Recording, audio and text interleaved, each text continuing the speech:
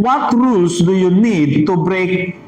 What rules do you need to break to bring someone to Jesus? Kasi minsan meron tayong alanganin tayo kasi may rules eh. Alanganin tayo.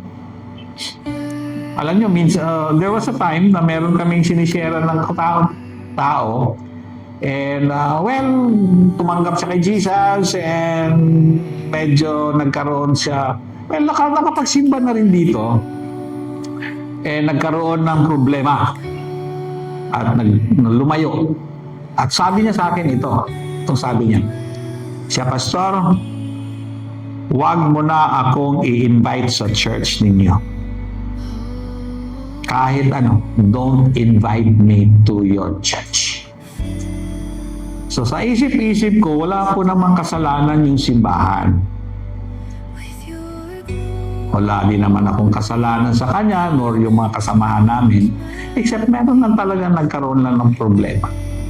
And so I started to look at it. At matagal, hindi ko talaga siya ini-invite. Kahit nagkikita kami, nag-uusap kami, hindi ko siya ini-invite because I wanted to stand on that promise. Sabi, okay, kung ayaw mo, okay, I will not invite you. So, tagal.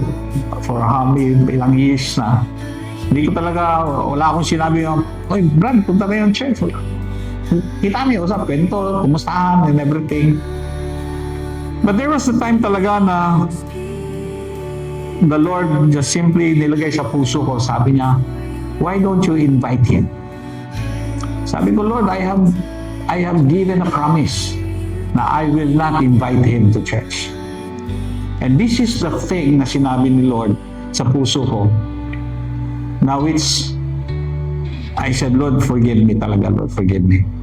Sayang, sabi ko. Ang sabi ni Lord ito, ano ba ang mas importante? Ang soul ng tao o yung promise mo sa Kanya? Yung reputation mo na ikaw ay promise keeper? O itong tao na to na darating ang panahon pupunta ng impyerno? It made me think. I have to break the rule. And I invited him. And I said, come. And he said, yes, I will go. Kaya nga lang, sabi ko last Sunday, ang demonyo naman, isang ating kaaway. And he would always do everything to bring people away from the Lord. At hindi nakapunta, pero nag-promise I will go. And I said, I will do it again. At kung in kaso sasabihin niya sa akin, bakit mo ako in-invite? Diba sabi ko sa iyo, hindi.